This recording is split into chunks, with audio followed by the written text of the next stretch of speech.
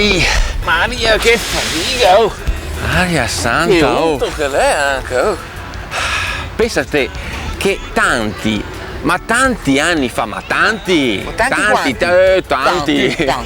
Il fiume Po e si chiamava Padus. E andava via, scorreva senza limiti, senza confini, senza asari, tutto quanto Libero. lungo a pianura padana, sta gran pianura che era tra le Alpi e l'Appennino, no? E correva su sta pianura finché andava a finire nell'Adriatico.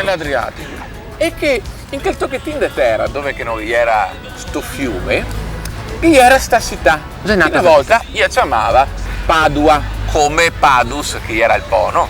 Dopo con latino cambia nome, si chiama Patavium, fino ad arrivare al nome moderno che è Padova.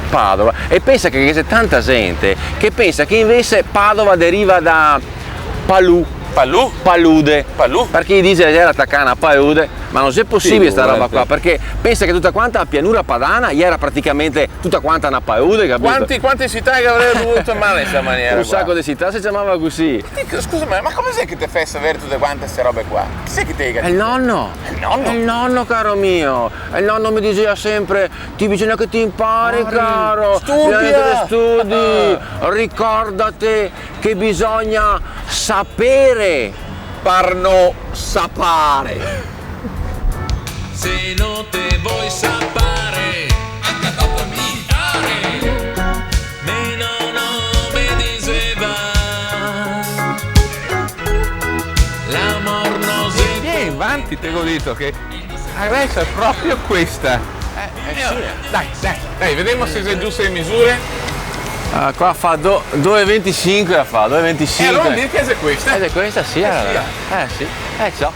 Perché nel 1271, durante gli scavi per la costruzione di un ospedale per i poteri sbandonati, che ne era di poteri sbandonati che a quel tempo era, il katana arca, no? Un'arca.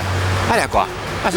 Questa, io katana arca, e dentro io pensavo che fosse chissà che tesori, invece dentro gli era semplicemente una cassa di piombo, dopo gli era un'altra cassa di legno, e dentro gli era soltanto che qualche osso, qualche scheletro, un scheletro di un soldato con le armi e un sacchettino di monete d'argento. Quanti eri?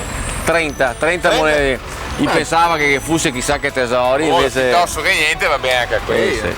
E i sapienti a quel tempo diceva che questa qua era l'arca del leggendario Antenore, il mitico fondatore della città di Padova.